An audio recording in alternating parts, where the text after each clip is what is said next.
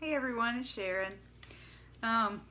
So it's Friday and I wanted to pop on because again I've had some thoughts this week. What else is new? Can you see my t-shirt? It says when life gets tough, get a massage. I don't know if it's going to come out backwards for you guys, but I love this t-shirt and I needed it today because it's turning out to be a challenging day, right? Too much news today. I have consumed too much news. I've been on social media too much. And definitely too much news and too much social media affects my mental health, and I'm sure it does yours too. So I am taking action and turning it all off and trying to forget it after I finish this Friday Live, because a lot of what I'm going to talk about today has to do with some of the news that I've seen today. So anyway, got the list. It might be a long one today.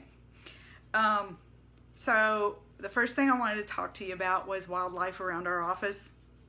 This week, you may have seen something I posted earlier about a bird learning to fly.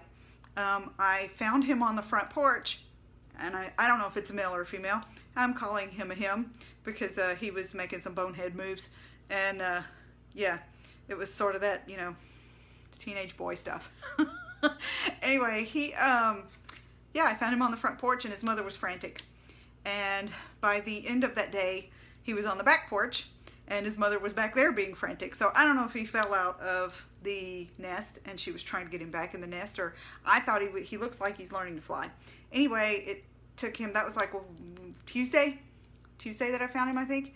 Anyway, on Thursday, yesterday, he was still out there learning to fly. Wednesday, I had to run him off the front porch because he had found his reflection in one of the side windows, and he was dashing himself over and over again, attacking himself in the side window. Mom's still frantic. She has no feathers left on her head.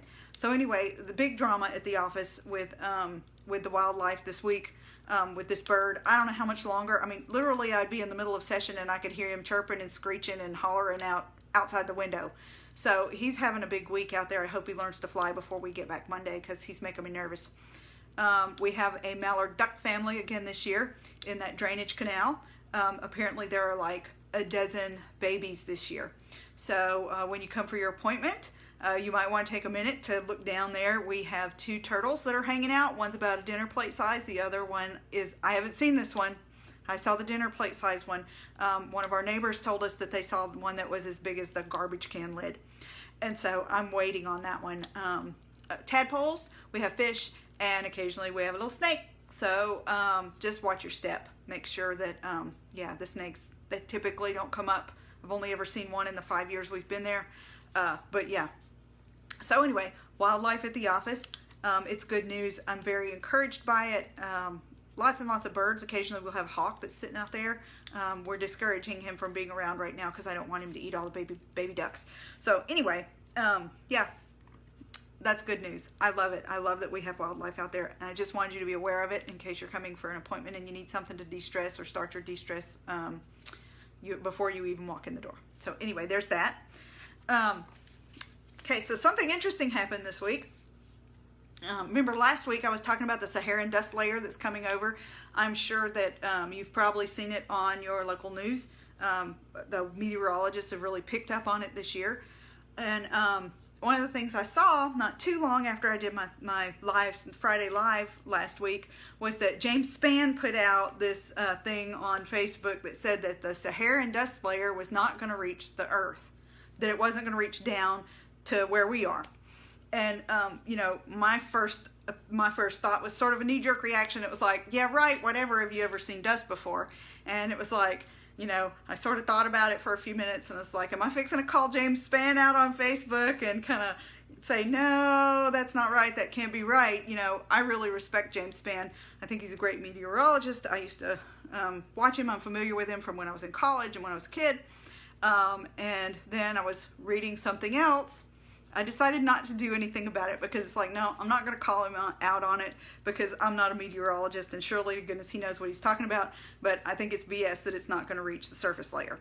Well, I was reading an article that our local guy on Channel 48, Brandon Spinner, put out, And he wrote in his article that the Saharan dust layer wasn't going to be like what we see in the movies, where we have these, big walls of dust that come through, and it's a dust storm. Well, I never considered that that's what James Spann was talking about. So perception, people, I'm glad I didn't call him out, because I think that's what he meant, was that we weren't going to see a huge wall of dust come through. But one of the things that Brandon Spinner did say was that we would be experiencing dust down at our level of the environment. So, yeah, a lot of allergies, a lot of people having problems with it. It's already here. It's rained a lot the last few days, so I think we're having less effects from it right now, but I think we are going to have some of it, and you kind of need to take precautions. So anyway, perception, people. I'm glad I kind of held my tongue about that knee-jerk reaction about the dust not reaching the layer or not reaching the ground, because I knew it did. I've been sick from it before, and I can feel it already now. So anyway, next thing I wanted to talk about. Have you seen the numbers for Alabama from yesterday? 1,142 people, I believe, was the number that tested positive for COVID yesterday here in Alabama. It's the highest number we've seen so far, and it's really bothersome. It's really kind of scary. There were a lot of news briefings today, locally and nationally, and I'm still stunned, and I'm so disappointed in our leadership. I really am so disappointed in our leadership. Madison City just put in a mask ordinance where you have to wear a mask. And I'm glad. I wish Decatur would do it. Last week I talked about how thankful my clients have been about not giving me a lot of pushback about the mask. Well, I paid for saying that last week, because this week I've seen some pushback about the masks. And yeah, so earlier today I was kind of thinking and pondering on some of that, and thinking about some of my friends who are still not able to go back to work because they are still out of work, and how thankful I am that we have been able to go back to work, and I'm not still sitting around wondering how long unemployment is going to cover and things of that nature. And then it also made me a little bit sad, because I see so many people who aren't taking personal responsibility, and who aren't caring for their neighbor and their family members, and who are still thinking that having to put a mask over your face to protect the rest of the people that have to be around you, that's encroaching on your civil liberties or personal rights or whatever the crap is that they're talking about. So yeah, I don't care if you don't think it's not going to get you and it's not going to affect you. It's going to affect other people. So you need to put a mask on your face and really start taking some personal responsibility. Yeah, so sad news. I think it's really sad. I think it's sad that we have to say that we should care about other people. But there it is. And I'm getting off my soapbox now, because it's really making me mad. So the last thing I want to talk about, I just found out about a little while ago, because I've been trying to avoid the news, but no. A couple of my friends posted on Facebook about something about the Supreme Court, and that they are evaluating the Affordable Care Act, and that our administration wants to get rid of it altogether. They're wanting the Supreme Court to say that it's unconstitutional or some such crap. I haven't read all details on it. But I just wanted you to know, in case you don't know anybody who has insurance only because the Affordable Care Act is available, your massage therapist, me. I'm covered by the Affordable Care Act, and it's the only way I can afford insurance. So, I really hope you're not one of those people that thinks we need to get rid of the Affordable Care Act, because there are going to be a lot of people out in the cold, and especially right now in the middle of a pandemic. So, yeah, that's what I had to say this Friday. I hope you have a good day.